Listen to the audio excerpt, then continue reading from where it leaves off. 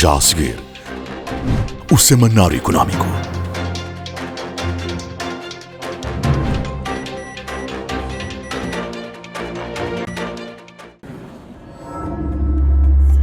BNI, milhões de braços, uma só força.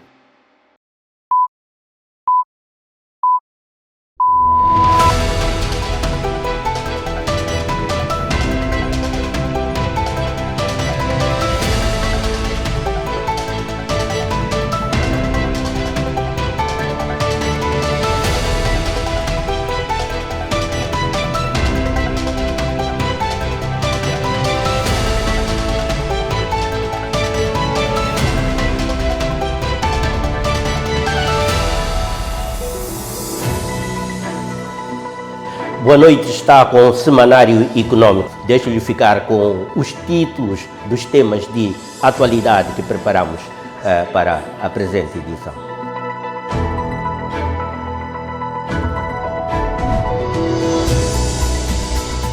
M-Pesa e Sociedade Algodoeira do Niassa digitalizam pagamentos e impulsionam a inclusão financeira no setor agrícola.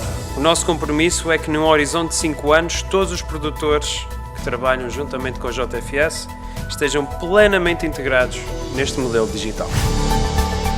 A Associação das Pequenas e Médias Empresas e AMA Moçambique firmam parceria para impulsionar empresas nacionais na Confederação de Mineração e Energia de Moçambique 2025. Promover o desenvolvimento das pequenas e médias empresas, criando-lhes uma plataforma em que podem trocar cartões, conversar com os proeminentes investidores, quer nacionais, quer também estrangeiros. Especialista realça a importância de segmentação de dados e do contexto empresarial para ampliar o acesso ao crédito. Dados integrados como, por exemplo, os dados do Instituto Nacional de Estatística, tem os do Banco Mundial e outras fontes disponíveis no mercado. Pode-se aplicar modelos de ciência de dados mesmo para extrapolar isso e poder começar a tirar algumas conclusões baseado em localização dos clientes, bem como alguns padrões que podem ser identificados com essa extrapolação de dados. A União Europeia reafirma compromisso com reformas estruturais e investimento em Moçambique. O ponto é que a União Europeia e os Estados-membros querem trabalhar com Moçambique para Moçambique. Então, reformas para a população, reformas para o setor privado, reformas para a área social. Foi oficialmente lançado aqui na cidade de Maputo o programa Nutrition for Impact at Scale, conhecido pela abreviação NIS, uma iniciativa da Global Alliance for Improvement Nutrition, o mesmo que dizer GAIN, em parceria com HPI.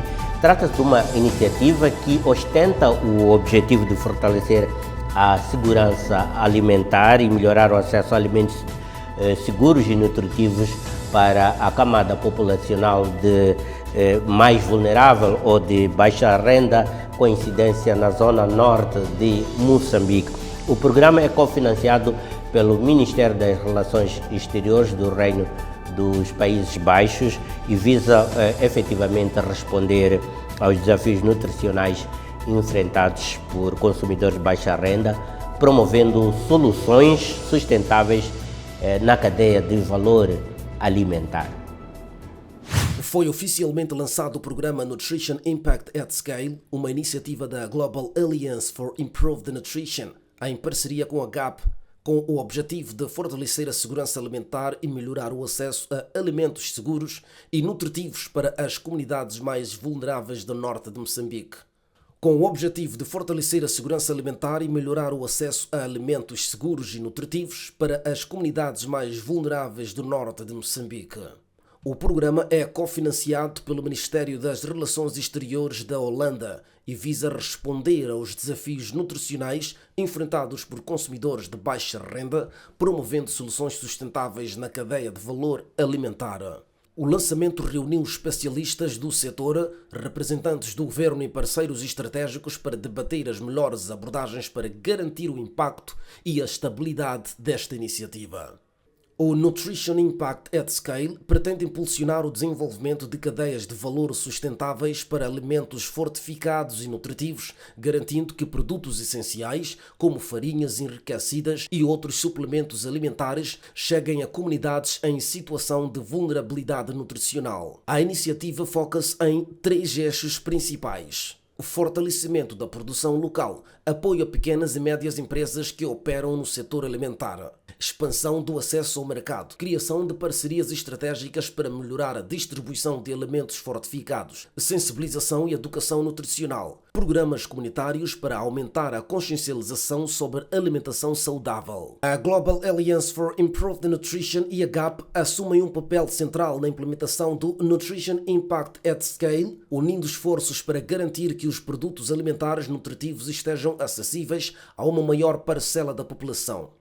A GAP, enquanto instituição financeira de impacto, será responsável pelo financiamento e apoio às pequenas e médias empresas do setor alimentar, assegurando que a produção e a comercialização de produtos nutritivos sejam viáveis e sustentáveis. Durante o evento de lançamento, representantes do Ministério da Saúde e do Ministério da Indústria e Comércio sublinharam a importância do programa para os esforços do governo na luta contra a desnutrição e o fortalecimento da segurança alimentar no país. Apesar do avanço que o Nutrition Impact at Scale representa para a nutrição e a segurança alimentar em Moçambique, desafios como custos de produção elevados, acesso limitado a financiamento e dificuldades logísticas na distribuição de alimentos ainda precisam de soluções eficazes. Os produtores do programa destacam que o sucesso da iniciativa dependerá da colaboração contínua entre o setor público, o setor privado e organizações internacionais de desenvolvimento.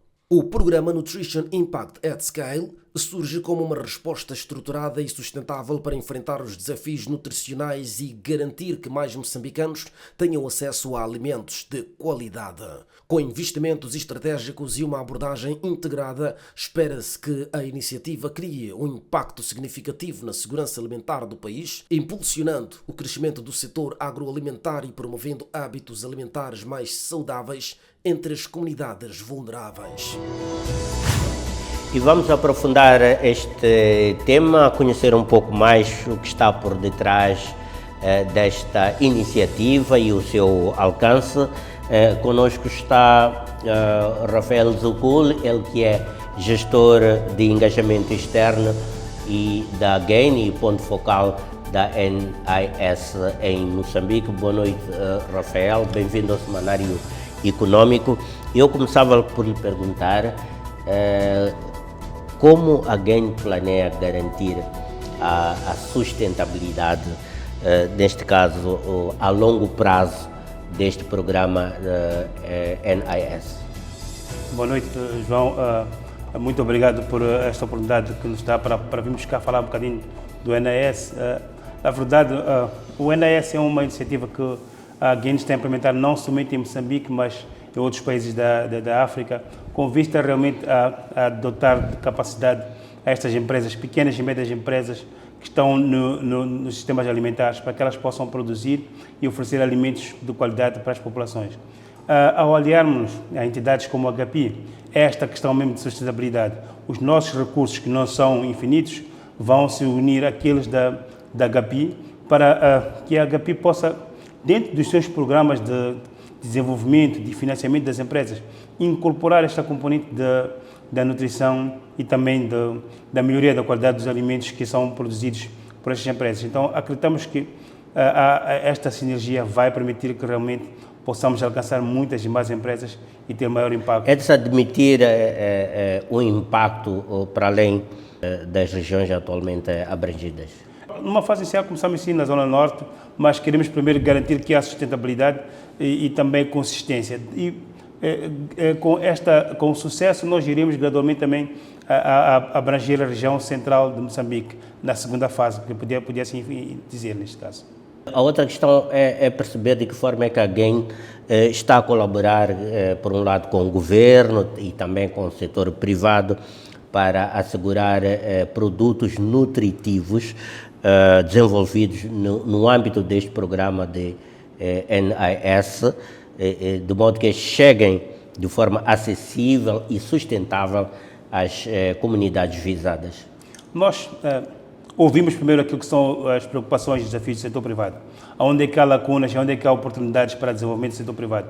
Estas informações nós transformamos em mensagens que levamos ao governo e de lá procuramos influenciar na mudança ou melhoria de políticas que são favoráveis ao desenvolvimento do setor privado. Esta aqui é a primeira componente. E de seguida levamos esta informação de volta ao setor privado para transmitir estas informações.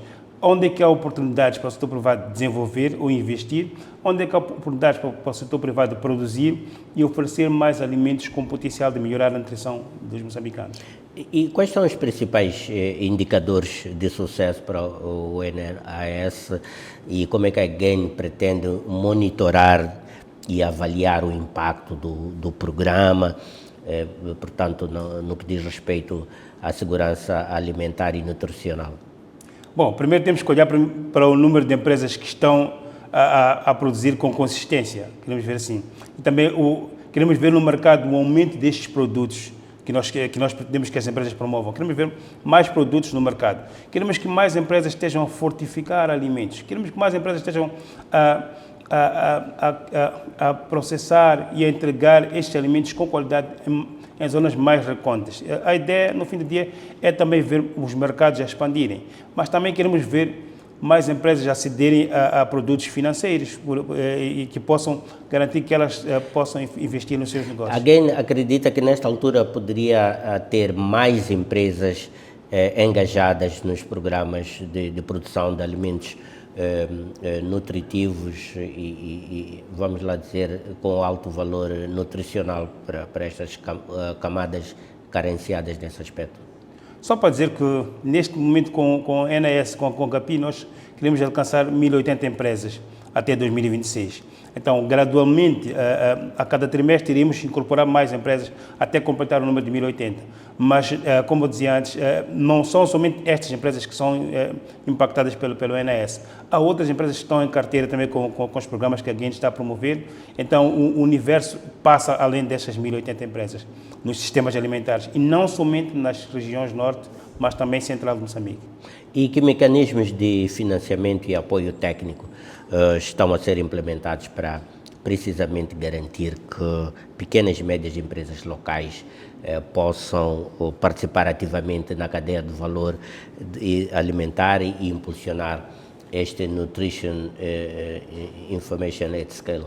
Bom, neste momento, neste projeto que a GAIN está a implementar em parceria, a GAIN entra com a componente de capacitação técnica das empresas. As empresas são aquelas que já estão no portfólio de suporte da GAPI, neste caso. Então, não estamos a inventar a roda, estamos a incorporar mais uma componente de desenvolvimento das empresas naqueles programas do portfólio da GAPI. Então, como dizia antes, é usar o recurso que já está no mercado e otimizá-lo para ter uma lente também pela nutrição e segurança alimentar. Qual é o volume de recursos que será movimentado numa fase inicial? Nesta fase? Numa fase inicial, o projeto Nutrition Impact at Scale está a trabalhar com um fundo de 3 milhões de meticais para esta fase inicial do projeto. Mas, consoante aquilo que forem os sucessos, iremos ir expandindo mais este suporte. Como eu dizia antes, é para assistência técnica para as empresas, não é para financiamento ou para capitalizar as mesmas empresas, em termos de investimento, por exemplo, não, é mais para capacitação técnica. Rafael Zucul, muito obrigado por estar aqui no Semanário Econômico e até uma próxima oportunidade. Muito obrigado. Ficamos assim relativamente a este tema, prosseguimos então com a nossa escalada informativa, olhando para outros temas de atualidade econômica aqui no seu Semanário Econômico. Você está com o Semanário Econômico.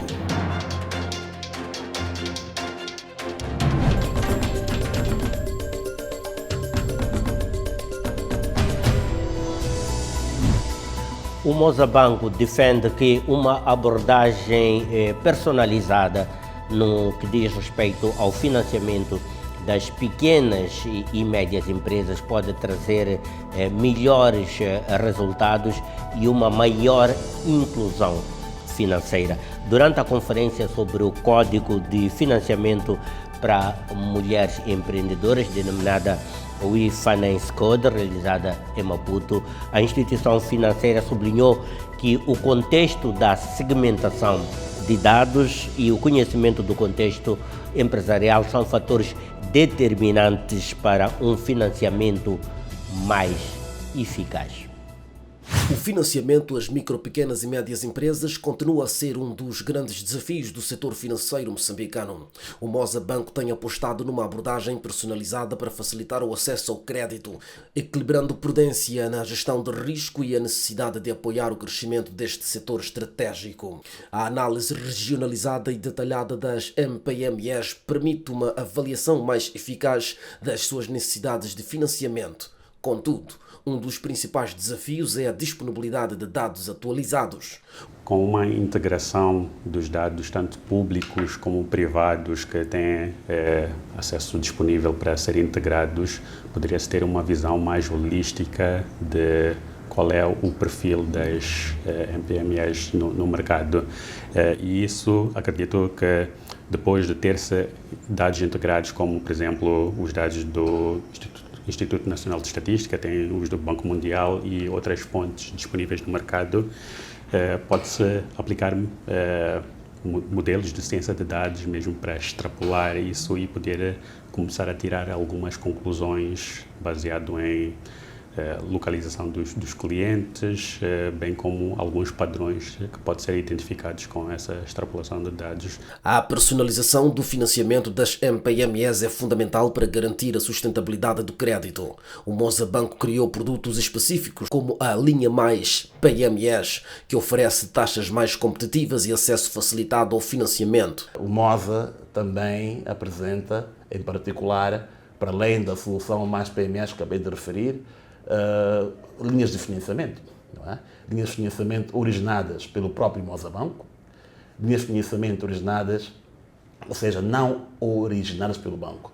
Igualmente apresentam taxas de juros bastante atrativas para os clientes, desde que estes sejam mesmo definidos como MPMEs e que sejam, digamos, entidades que estão a atuar em setores que as linhas permitem esta atuação, como o Banco. O banco recomenda que as MPMEs desenvolvam relações bancárias sólidas antes de solicitarem crédito, movimentando contas regularmente e domiciliando salários, aumentando assim a probabilidade de aprovação do financiamento.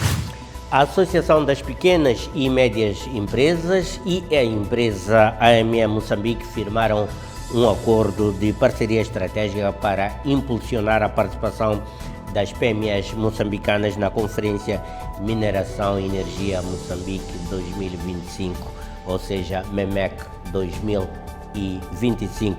Um evento que ocorrerá entre os dias 7 e 8 de maio em Maputo reunirá representantes do governo, empresários, investidores, especialistas do setor extrativo, empresários, investidores, para discutir as transformações pertinentes na indústria extrativa nacional.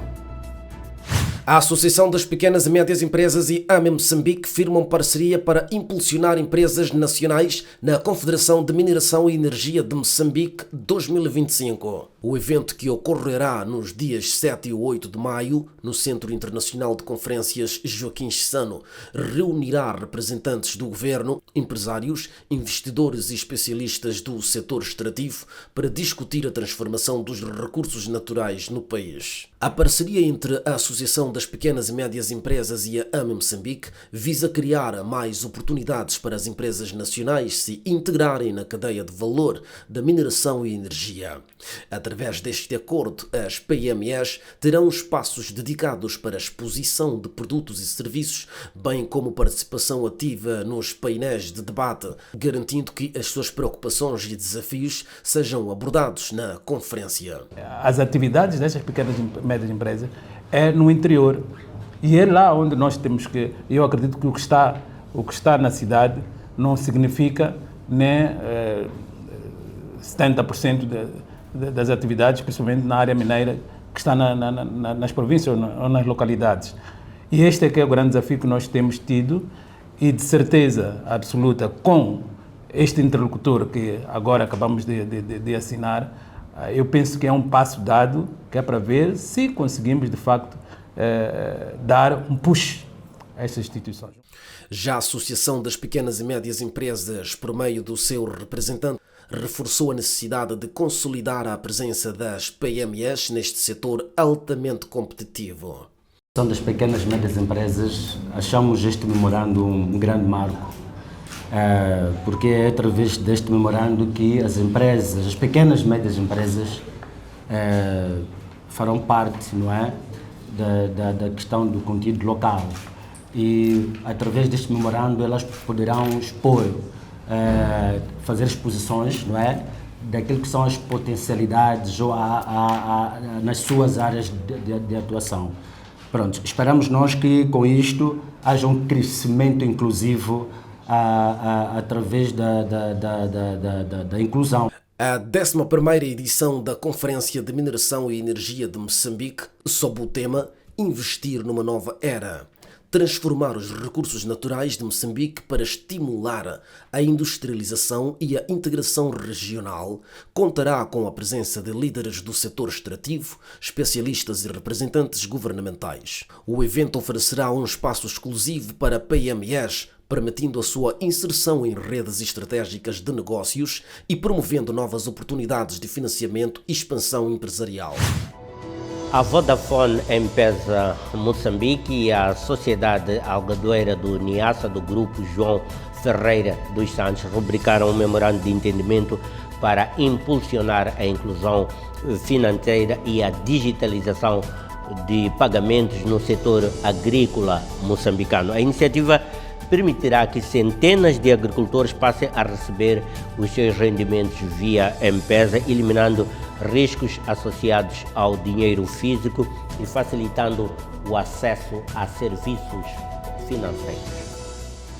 Com esta iniciativa, pretendemos garantir que já no seu primeiro ano, 500 agricultores passem a receber os seus pagamentos diretamente através do M-Pesa, promovendo maior segurança, eficiência e transparência nas transações.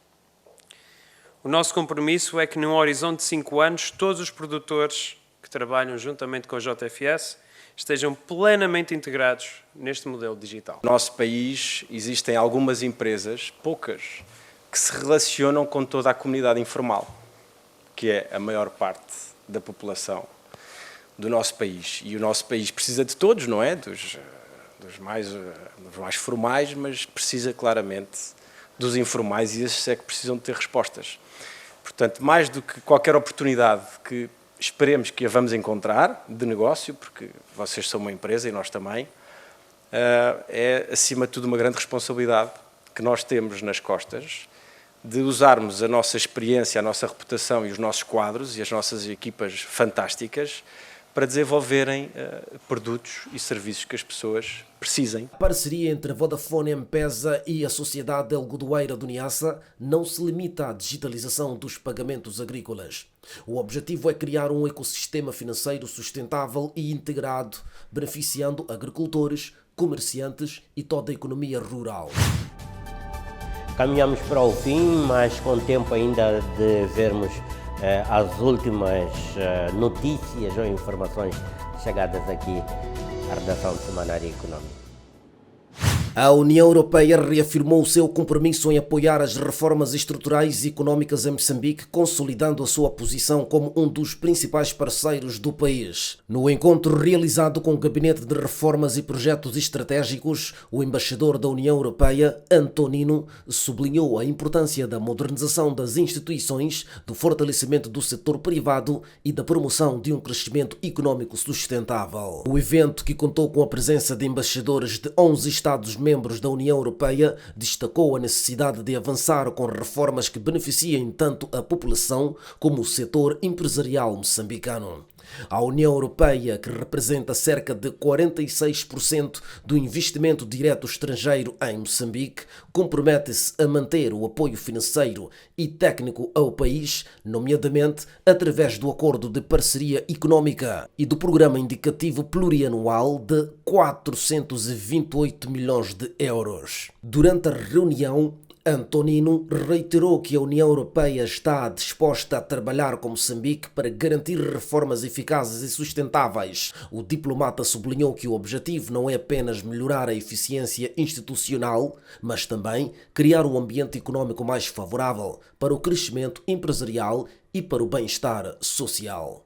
O ponto estratégico é que a União Europeia e os Estados-membros estão prontos a apoiar o funcionamento e o trabalho do gabinete e estamos prontos a apoiar o programa das reformas. A tarefa é bastante desafiante, mas nós entendemos apoiar em consideração da importância das reformas pelo país. A União Europeia é o maior destino das exportações moçambicanas, absorvendo uma parte significativa da produção agrícola, mineral e energética. Além disso, empresas europeias têm participação ativa em grandes projetos, incluindo a exploração de gás na bacia do Rovuma e investimento no setor das infraestruturas. A relação comercial entre Moçambique e a União Europeia é sustentada pelo Acordo de Parceria Económica, assinado em 2016 e implementado desde 2018. O Acordo de Parceria Económica garante que os produtos moçambicanos tenham acesso preferencial ao mercado europeu, sem tarifas nem cotas, promovendo a competitividade das empresas locais. Por outro lado, Moçambique, de forma gradual, também concede benefícios comerciais a determinados produtos europeus, impulsionando a cooperação económica bilateral. O acordo tem sido essencial para a diversificação económica do país e para a internacionalização das pequenas e médias empresas moçambicanas. A União Europeia continua a ser um dos principais blocos de investimento em Moçambique. Dados da Confederação das Associações Económicas de Moçambique indicam que o investimento direto estrangeiro europeu representa cerca de 46% do total investimento estrangeiro no país, o que equivale aproximadamente a 46% do Produto Interno Bruto Nacional. Este forte fluxo de investimento europeu tem sido canalizado para setores estratégicos como energia e gás natural, participação em megaprojetos da bacia do Rovuma, infraestruturas e transportes, construção de estradas, portos e logística, indústria e agronegócio, expansão da produção e exportação de produtos agrícolas e manufaturados. Além do investimento privado, a União Europeia também financia projetos estratégicos no âmbito do Programa Indicativo Plurianual 2021-2027, que destina 428 milhões de euros para Moçambique. Estes fundos são canalizados para iniciativas de crescimento verde, inclusão social e governança, consolidando ainda mais a parceria entre as partes. O encontro também destacou o papel do Presidente da República, Daniel Chapo, na implementação das reformas estruturais. O embaixador Antonino elogiou o compromisso político do Presidente e a sua capacidade de criar consensos para avançar com mudanças econômicas e institucionais fundamentais. O ponto é que a União Europeia e os Estados-membros querem trabalhar com Moçambique para Moçambique.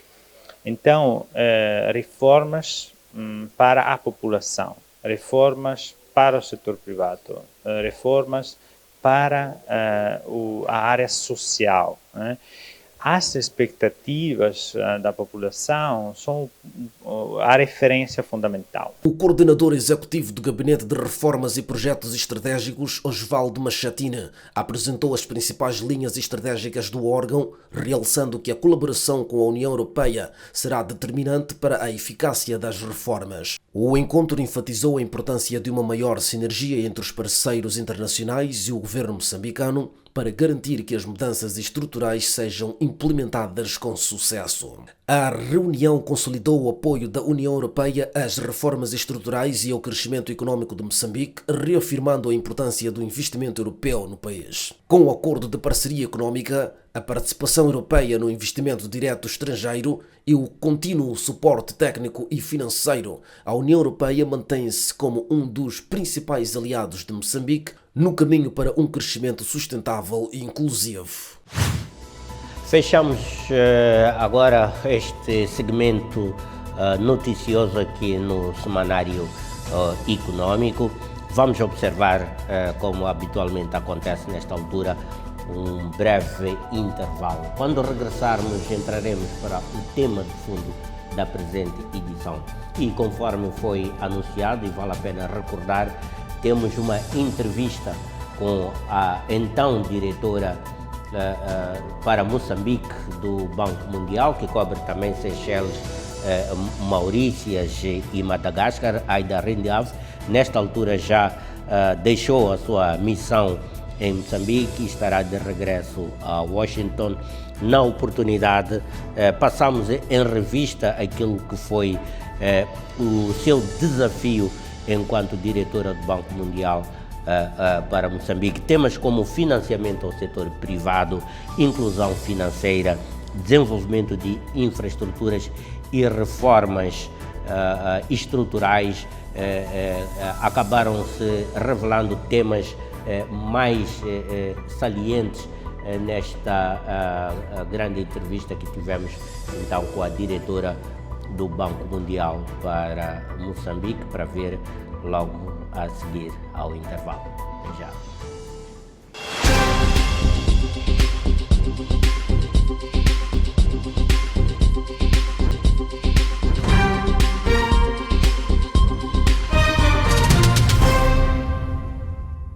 Há um banco em Moçambique que abre caminho para o desenvolvimento do país. Ajuda Moçambique a andar para a frente, construindo as ligações para o futuro. Respeita o potencial dos recursos naturais, colocando-os ao serviço dos moçambicanos. Pulsa com a energia da nossa terra, fazendo-a crescer com mais eficiência. Semeia a esperança, preparando um futuro próspero. Promove a inovação, dinamizando a economia e criando novas oportunidades de negócio. BNI é o banco que faltava. É o banco que faz a diferença. BNI, milhões de braços, uma só força. Você está com o Semanário Econômico. E para o tema de fundo, fomos ao encontro da diretora para Moçambique do Banco Mundial, em fim de missão no nosso país, e oportunidade para passarmos em revista os últimos 4 ou 5 anos que coincidiram precisamente com o seu mandato aqui no nosso país. Foi um encontro oportuno, tendo em vista que à altura que termina esta missão em Moçambique, Moçambique também está a iniciar um novo ciclo governativo, que é naturalmente um novo ciclo econômico. Há desafios que persistem, que já vêm do passado, há desafios novos, produtos da conjuntura, e nada melhor do que ouvir a opinião também de quem é um dos principais parceiros de cooperação e desenvolvimento socioeconômico do país, precisamente o Banco Mundial.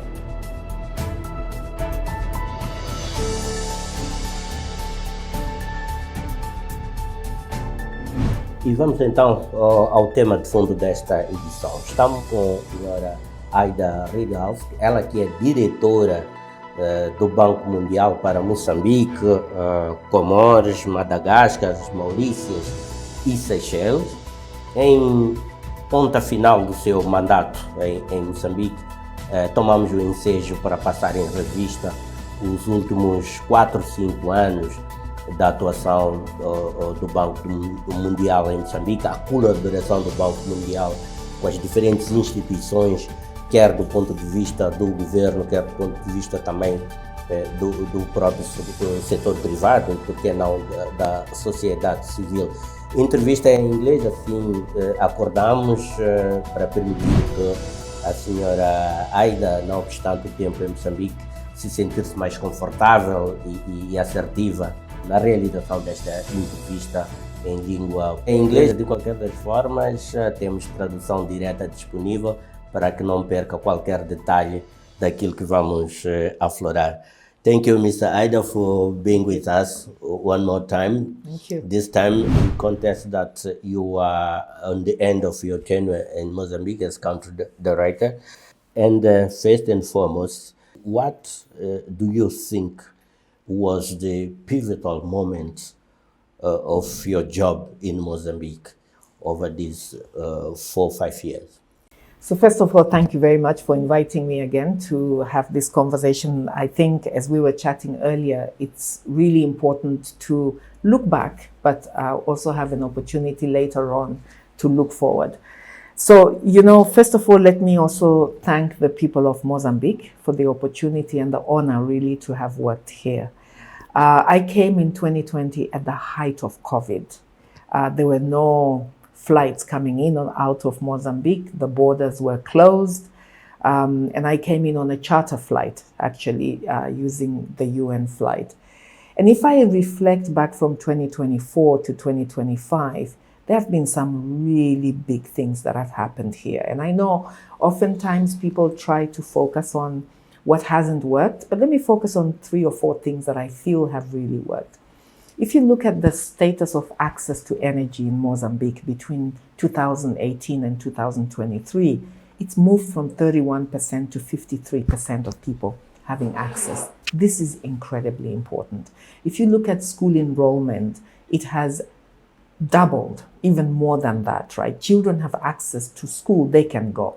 Now, if you look at water and sanitation, what happened during COVID, you know that the biggest problem was getting access to water. The World Bank financed quite a lot of activities, particularly even in the cities, areas where you could go and access clean water. And those water points today actually are becoming much bigger investments as we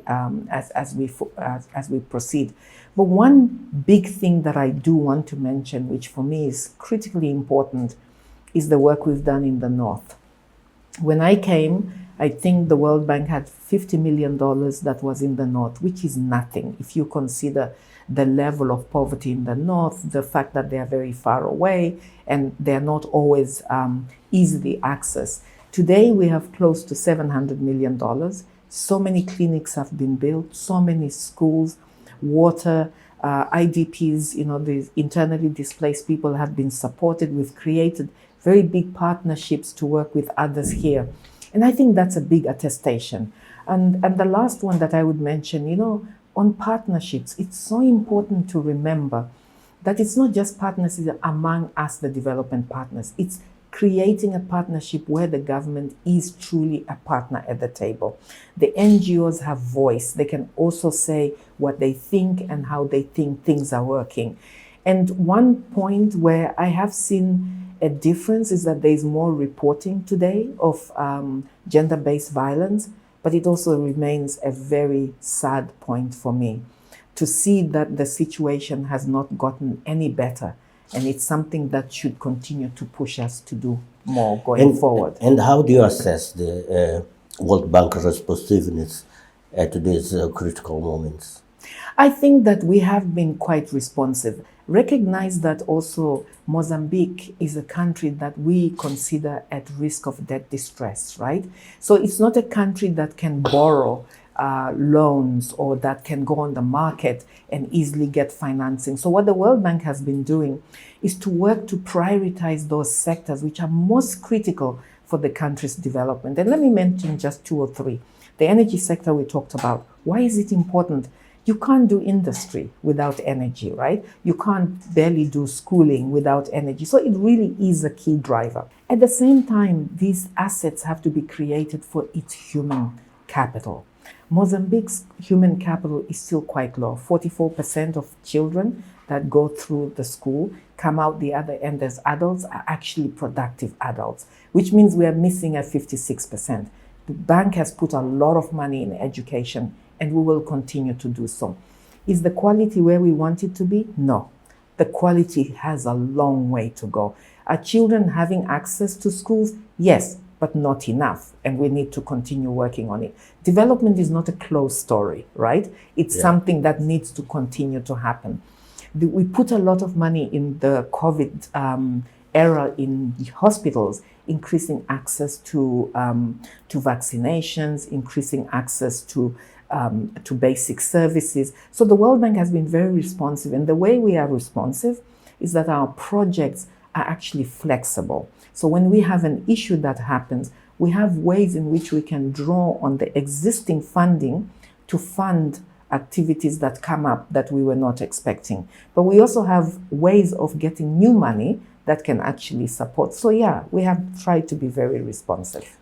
Thank you. Let's talk about development, economic development and reform, economic reform as well. Yeah.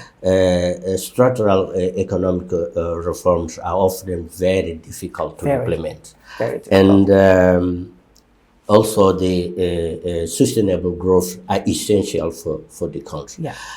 How has the World Bank supported the country moving in this limbo and achieve the ultimate goals of development? You know, as I was saying earlier, that there sometimes tends to be this big feeling that nothing has changed, that even post the hidden debts issue of 2016, things are still the same. Let me mention 3 things where I can say that we have supported and we've seen changes in it. If you look at what happened in 2016 in the hidden debts, the real issue was that there was no transparency in borrowing, right? It was very difficult to know what was coming in as borrowed financing. Not everything went to the Council of Ministers. The public financial management system was not as transparent, was not as very strong, and this is what we've put a lot of effort in, working with the government to close these holes. Today, realistically, you can go to many of these SOE websites and you can see what they've borrowed. You can actually be able to say, this is how much they borrowed this fiscal year, and here is the audit, because those things are now quite open, they're there. The second thing is that we've been working very much on this ownership in terms of when people bid for contracts, who is bidding, right? And this is a question many people have heard even here in Mozambique. What's the beneficiary ownership? This is something that we've agreed, and now there's actually a legal basis. Above a certain amount of bidding, you have to know who is bidding behind. What are the challenges remaining in this aspect of public transparency and assets? So I'll come to there, and I want to mention 2 more things that have changed. So you know, with the Sovereign Wealth Fund, again, it's one that I've seen a lot of criticism around it. But when you compare the way the Sovereign Wealth Fund was actually created and it was consulted, it's perhaps one of the best consulted we've ever seen. Now, is everybody's comment going to be taken into account? Probably not, right? But at least the parts have been there. And the third one, which I really want to insist on, is when I came, actually the payment of social protection was through an Excel sheet. And so you would call people, go through the Excel sheet, and you can imagine the issues with that. Today, this is all done in in a transaction which is digital. Right, people are paid directly to their phone, and this has created a huge, how shall I say, trust in the system. Challenges on the structure. The first one I hinted at earlier, which is Mozambique is still at high risk of debt distress, which means macro-fiscally they're still very challenged. And a lot of their challenges come from the fact that they have borrowed quite a lot on the domestic market, and those loans are quite expensive. So as an example, for every $100 that they borrow, right, they have to pay $20 in interest every single year until the tenor of the loan. When you compare, and I know this has been, the World Bank is adding a lot of loans, 90% of our 6 billion that's on the books today is a grant. And even that which has been lent, right, for every $100, the government only has to service 75 cents a year over 38 to 40 years. So you can see the real difference. But the reality is that they still have a lot that needs to be repaid. So that's a source of weakness. The second challenge is that you have a lot of cyclones that come through in Mozambique. Those create a lot of havoc. You saw what happened with Kenneth in Idai. You saw what happened with Freddie. Yes, we can have a contingent fund, but it's never going to be enough to cover for the risk. That remains a real issue. The quality of education, we spoke about that. That's an issue because, unfortunately, Mozambique is a very young country. 2/3 of your population are under the age of 25. You can imagine that this is the age that goes to school, but also the age that's coming out that needs to go and find a job. But this private sector here is not very strong.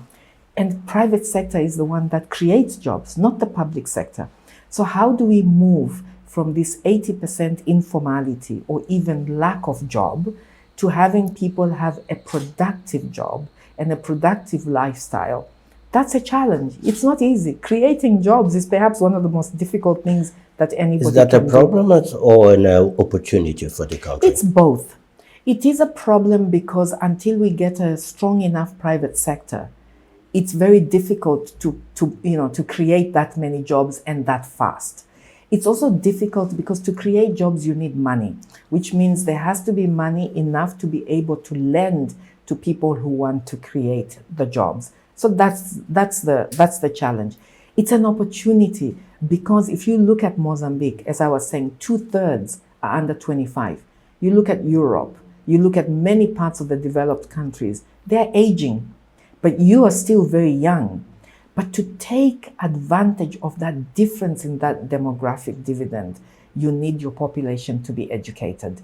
And this is where the biggest challenge is, which is how to create the skills fast enough and the education fast enough to take advantage of that difference. I'd like to insist on economic growth. Yeah. Okay? Yeah. Understand how the World Bank has been helping Mozambique strike the balance between need of investment, fiscal sustainability. And fiscal. So we discussed a little bit, but let me also kind of read, because I do want to revisit this point. So, the way to look at this point, right, at this question is how fast is the country growing? How fast is their population growing? How fast is the need to fund public services and public goods, right? If you think that your population is multiplying at the rate at which they're multiplying, the only time this population is able to add to the growth of the country is when they're in employment of some sort. But because of that gap, it is a lost opportunity, right? The women are not really in the work here. That's another problem. So you're not having your full workforce helping you to drive the economy. That's one part. That's just on the jobs part. You have a country that's also fragile from the macro fiscal side, as I was saying. And they're fragile because about 90% of their outgoing actually goes to the wage bill or to servicing their debts, right? Which means a very small part is left to actually invest in the sectors that drive growth. What are the sectors that drive growth in Mozambique? It's energy, because you can't do much without energy. It's transport. You're a very long country. You need to be able to help your neighbors come through Mozambique in order to get to the port. But the roads are not in very good shape, right? So that's a missed opportunity. That's where you're going to drive growth. It's also activities like, so for example, how do you get the private sector to be a little bit more invested in the country, to stay in the country, to invest? You need policies that give the private sector confidence that if they invest, they can take some of their money out, they can grow. The growth of small and medium enterprises in Mozambique is very low, which means many of them start and they're stagnant at that point. This is a missed opportunity. Again, that adds to the growth, right? So growth is not one sector. It's a lot of different sectors, but all of these have to build something. And by the way, remember that Mozambique actually is one of the countries in Africa that collects the highest tax rates. Your domestic revenue mobilization here is enviable by many countries. But because of all of these expenditures that you already have, you're not able to make the gap close. So where have we been supporting? As I said, we've been supporting on the energy, we've been supporting on the transport. I mean, our sectors here really cover so many of them. But we're also realizing that maybe we need to change a little bit our model, right? We have so many sectors we're covering, and it's not that easy to move these things. Implementation in Mozambique is quite slow. And when implementation is slow, it means it takes everything so much longer to get done. Wow. So what we are focusing on now is even changing how we do our projects. Bigger projects, much more focused in specific areas and not having them everywhere, and then trying to build on that. So to summarize this, it's not one thing that's going to improve growth, right? It's a lot of different things. but it's a whole of government approach. All of government needs to make these pieces come together, and people need to feel that they are part of an engine of growth. And for them to feel like that, they need to have enough education and capacity to be able to actually create jobs themselves and grow the economy. And do you think that the implementation, the investment and the reforms implemented under your tenure in Mozambique will be lasting process? I hope so. And so if I look at as I was saying, in terms of the reforms agenda that have created a lot more transparency, a lot more a better ability to see where financing is going, the traceability of all of that is something I hope will stay, and I do believe it should, because this was also in the speech of President Chapo, right? This was his big discussion when it started. The second thing is, I believe personally that we need to keep moving the model to looking at resilience in Mozambique and not just the input side. And to me, resilience is not just being resilient when a cyclone hits, but it's also the financial resilience. It's being able to make sure that the funding that you have on the books allows you to respond in the post-disaster. And I think we are there. We have now this insurance scheme, which is run in ENGD. We have created a new one that is in the Ministry of Finance, which we think will help a lot. So on the financial resilience, it's also about making sure that the changes that were done on the PFM, on the SOEs, which by the way is not complete yet, all of these, that they continue to stay and you build on top of them. One other thing that I think, which I'm very proud of, is that we are starting to actually focus and help the government on the first fiscal rules that will be used by the Sovereign Wealth Fund. So hopefully they will be able to leapfrog some of the problems that we've seen in other sovereign wealth funds. You've seen the better schools and health centers, right, that we've funded, where cyclones have come through and these have stayed standing. I'm sure that will stay standing, and I'm hoping that will stay standing, going forwards. On the energy, we are continuing to put more money because we really believe this is the way forward. On digital, on education, we are now turning to focus more on quality and not just the access. And I'll give an example on this. We're now looking and saying, okay, some schools have 3 shifts of kids a day, which means these children are getting 3 hours at maximum of teaching. Can we expand that and extend that by using tablets, like what you're doing, right? You have the curriculum on the tablet, you can continue to learn even after somebody else goes to the school. This is the next push we have. And this should make the gains we've seen so far in education actually continue to go up. Well, if you had to highlight one major opportunity for the Mozambique economic growth, what would you cite it as the... I think that I would actually cite 2 in terms of the opportunities for Mozambique's growth. I think one is resolving this issue of the lack of fiscal space, right? So as I was saying to you, 90% is already committed even before you start a budget, right? So how do you create the fiscal space? And I know that everybody, anytime we say, well, one has to look at the wage bill, the expectation is we are saying, you have to fire people. That is not how you address the wage bill. There are many different ways in which you can address the wage bill, right? You can remove, for example, you can improve the systems that track who's actually still working in government, where they are. You can move skills around so that the skills are in the right place, delivering the right service. That's really important as well. That's something that's not been done. We feel there's still quite a lot that can be done in the energy sector in terms of creating an environment where the private sector can come and work together. So not all the energy has to be invested in by the public sector. And I think if I were to look at one thing that I think would be important is for the government to figure out what are those areas you really need to use public funding versus the ones where you need to bring the private sector to come to the table and fund with you. So I would say that's one nexus, right? Create the space in order for this to work. The second is to implement faster.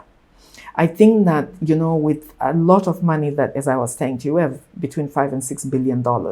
If the implementation was faster, you will see the results much faster on the ground. And I know that the government is really looking to seeing how they can make this faster. Have you been able to understand why the implementation are so slow? Yeah, and I think there's a number of reasons. One of them is what we can change on that. I think the key reason, actually, if you ask me, is there's not always the right capacity in the right place, right? There tends to be a mismatch in terms of who needs to do the work, how it gets done. So if you look, for example, you compare the amount of money that's on the books with the number of civil servants, for example, who are engineers. Let's take that because, infrastructure tends to be the slowest. There aren't enough engineers in the system. And so the question is, how do you get more engineers in the system? How do you get this work to take on a much different velocity? And I do think here that there's several things that one can do. One is to really insist when they have projects on capacity building, on ensuring that even when we have consultants who come to support this, they are training 5 or 6 people behind them. We've started to do this and we have some internship projects, but it's not enough. It really needs to be done.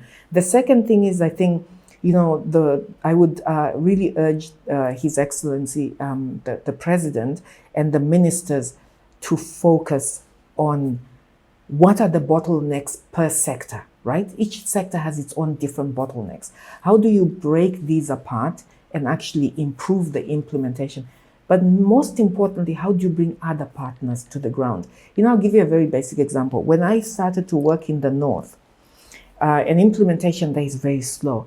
But we realized there's a lot of NGOs there who've been there for a very long time, who know the environment, who can implement and who can push things faster.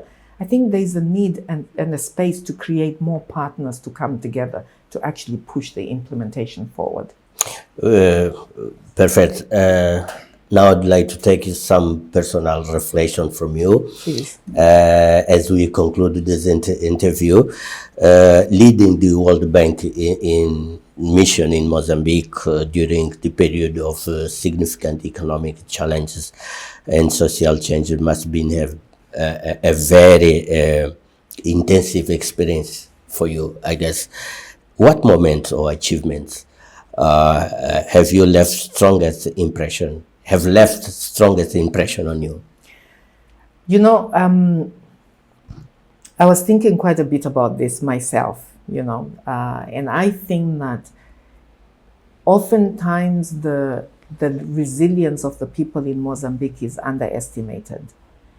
And I'll give you a very visual example. I was thinking about this.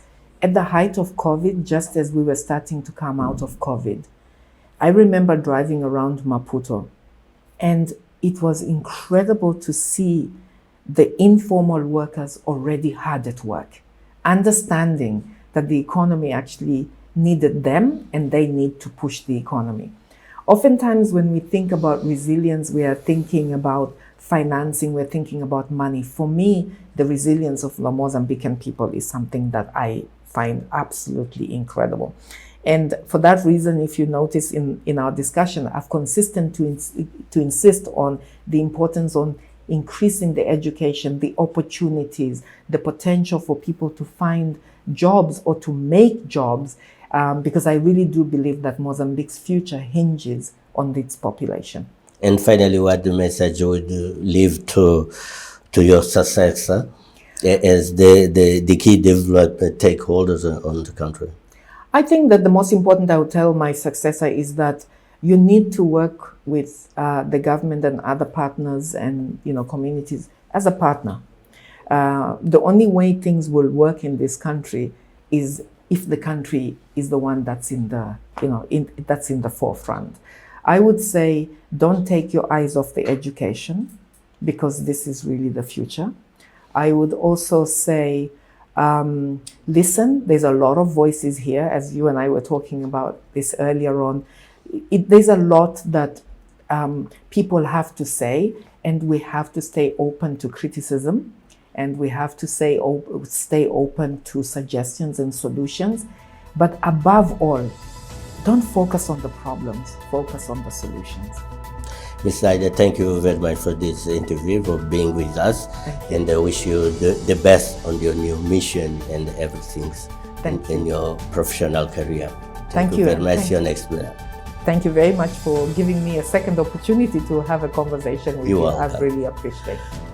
Fizemos então assim este apontamento com o Banco Mundial, aproveitamos a oportunidade para passar em revista as intervenções do banco nos últimos 4, 5 anos, sensivelmente, que coincidiram com o mandato da atual diretora para Moçambique, Madagascar, Comores e Seychelles, ela que está em final de mandato e deverá regressar, em princípio, a Washington para novas funções ou tarefas ao nível do grupo Banco Mundial.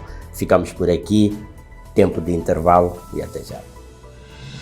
Você está com o Semanário Econômico.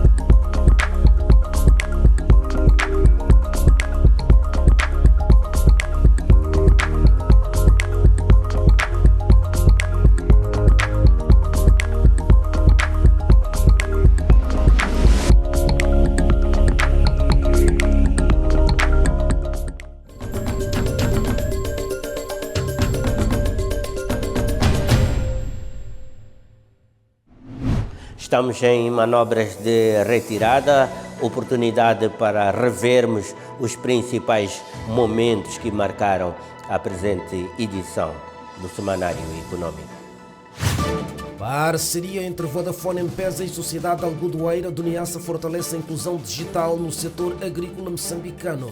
Com esta iniciativa, pretendemos garantir que já no seu primeiro ano, 500 agricultores passem a receber os seus pagamentos diretamente através do M-Pesa. Parceria estratégica fortalece a participação das PMEs moçambicanas no setor de mineração e energia.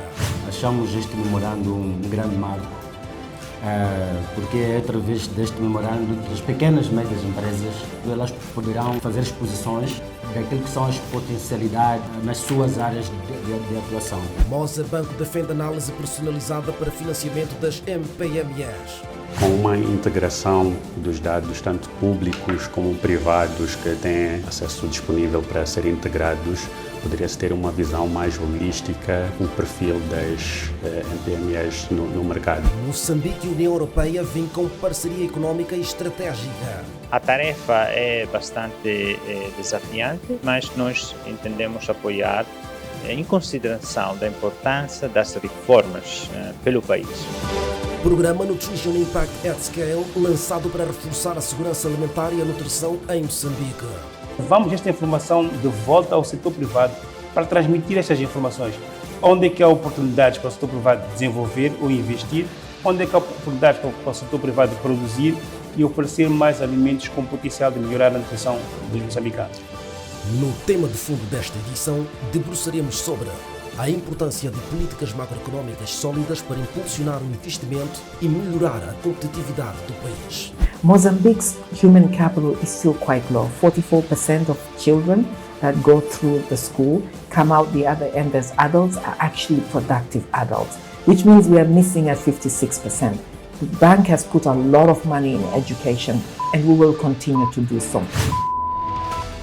Está fechada esta edição do Semanário Econômico aqui no seu canal de eleição STV Notícias, votos renovados de um próximo encontro na próxima semana, precisamente e pontualmente às 22 horas de terça-feira.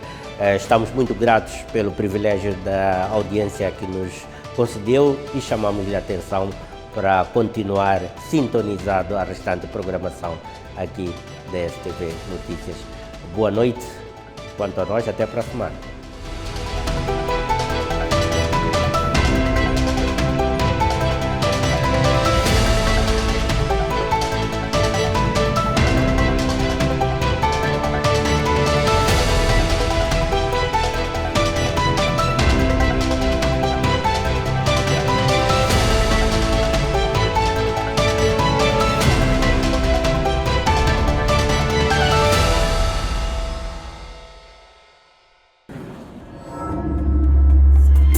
BNI, milhões de braços, uma só força.